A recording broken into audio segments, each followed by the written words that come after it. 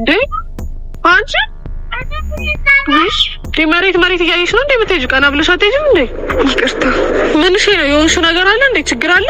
አይ ኧረ ግን ምንድነው ፊትሽ፣ አይንሽ ምናምን እንዴ? እያለቀሽ ነው እንዴ? እቀፊኝ ዝም ብለሽ እቀፊኝ። ኧረ ወይኔ የሆንሽው ነገር አለ እንዴ? ዝም ብለሽ እቀፊኝ ኩኩሻ፣ ምንም ነገር አትጠይቂ። እሺ አታልቅሽ በቃ። ለማን አባቱ ብለሽ ነው የምታለቅሽው? በጣም ከፍቶኛል። እኔን ክፍት ይበለኝ። እኔ ማን አባቱ ነው? ቆይ ዳይመንድ ነው? አይ አይደለም። እና ማን ነው? ኪንጎ ነው? አይደለም። ንገሪኝ እንጂ ማን ነው? አንጠባጥብልሻለሁ። እውነት እናትሽ ቆንጥጣሽ አይሆን እንጂ እንደዚህ ያስለቀሰሽ ሌላ ሰው ከሆነ አልፋታውም።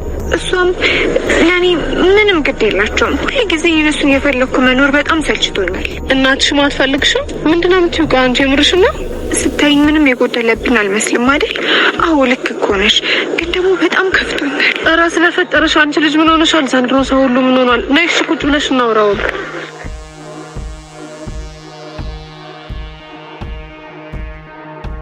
የኔ ቆንጆ፣ ኧረ እኔ የሌለ እያሳዘንሽ ነው። ቆይ ምንድን ነው ችግርሽን ንገሪኝና ለምን መፍትሄ አንፈልግለትም? መፍትሄው መሞት ነው። ምን? አዎ ማንም የማይፈልግሽና ምንም ጥቅም ከሌለሽ የምትኖሪለት የሚኖርልሽም ሰው ከሌለ መሞት ነው የሚሻለው። ኧረ ሰይጣን ጆሮ ይደፈን እንዴ! አንቺ ምን እያልሽ ነው? ቆይ ከእናትሽ ጋር ተጣልተሽ ነው? ለምን ይሁንሽውን አትናገሪም? ቆይ አይ ምንም የምናገረው ነገር የለም። በቃ ደቆ አንቺ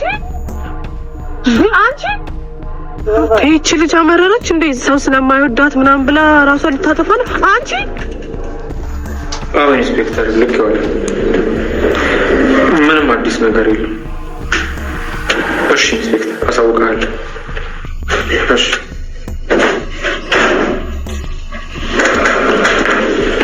ምን ቆየን ማለት ምን አይነት ስርዓት ነው? በርሰ ተጓጓ እንዴት ይገባል?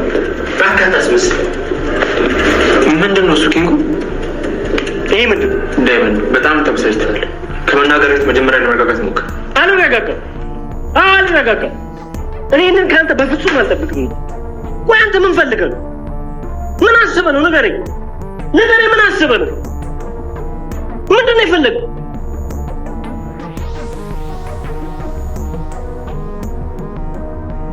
ሰላም ክቡራትና ክቡራት ውድ የሰራተኛዋ አደይ ድራማ ተከታታይና አድናቂዎች በሙሉ እንደምናችሁ። እንግዲህ በዛሬው ክፍል እንደተመለከታችሁት ዶክተሩ ከቦስ ጋር የሆነ ቁርኝት እንዳለው ዳይመንድና ኪንጎ ደርሰውበታል። እስቲ ውድ ቤተሰቦቼ ዳይመንድና ኪንጎ እንዳሰቡት ዶክተሩ ተምች ወይም ደግሞ ርኩስ ነው ብላችሁ ታስባላችሁ? የሆነ ሴራ ጠንስሶ ነው ወደ አደይና ዴቭ የቀረበው ብላችሁ ታስባላችሁ?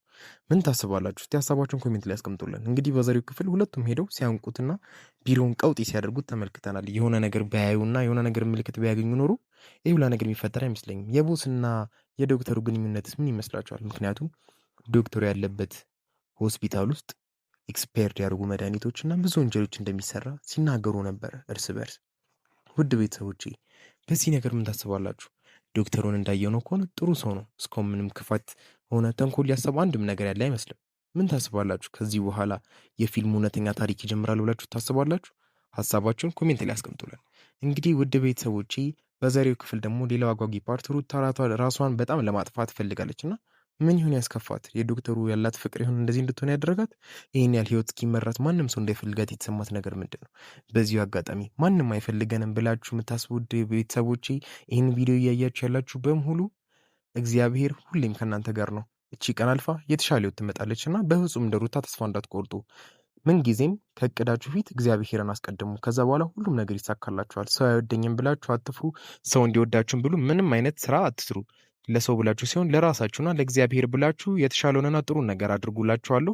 ክቡራትና ክቡራት ውድ ቤተሰቦች ሰራተኛዋ አደይ ክፍል 234 ሲለቀቅ በዚህ በቻናላችን በኢትዮጵያ ሚዲያ ስለምንለቅላችሁ ይህንን ቻናላችንን ሰብስክራይብ ማድረጋችሁን በፍጹም እንዳትረሱ። እናመሰግናለን።